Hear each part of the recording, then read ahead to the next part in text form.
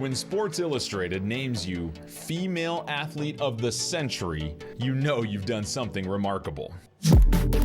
Jackie Joyner dominated the sport of track and field, embarking on her legendary journey by becoming one of the most storied female athletes in UCLA's and competitive sports history.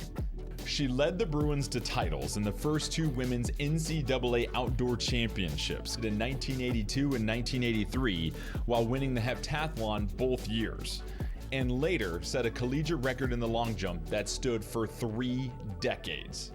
While still a Bruin, Joyner claimed the first of her 6 career Olympic medals.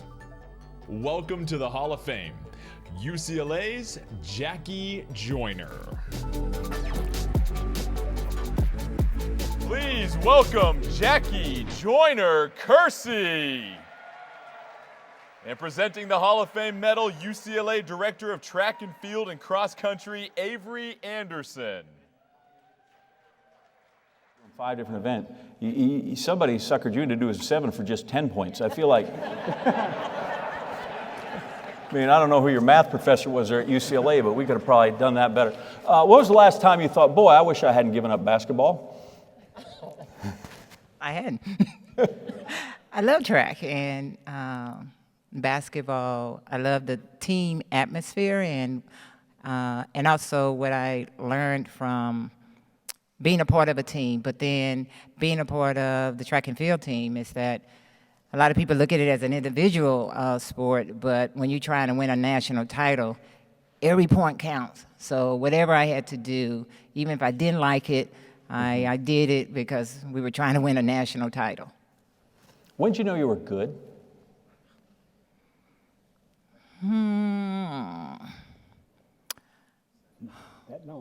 I know. Because, you know, it's one thing about you do what you do because you love it. Every day you show up. Every day I listen. I remain coachable. And I knew from that point that I love showing up when it's 100 degrees and no one else is coming out to practice. And so it wasn't about being good. It was about being consistent and doing everything that my coaches had prepared me to do. And because I started running at the age of 9, I wasn't one of the best girls, but I wanted to be good.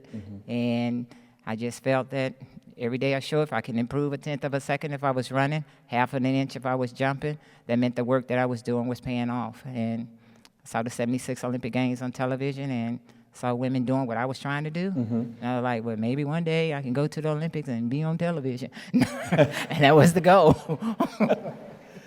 So let me turn that just a couple of degrees then, if you're like, you know, the consistency of that. When did you realize that you were good enough in the skills you had, and if you worked hard enough, could take you the places that you were, to the top of Olympic podiums around the globe to meets and those kind of things? So we celebrating 50 years of Title IX. So in high school, we had the top girls team, both basketball and track and field. And my mother wasn't going to allow me to run track or do any sports because at that time the boys were using the gymnasium, and we had to come back at 6:30. And she just said, "No, you're not going to do that." But for me, I just stayed with.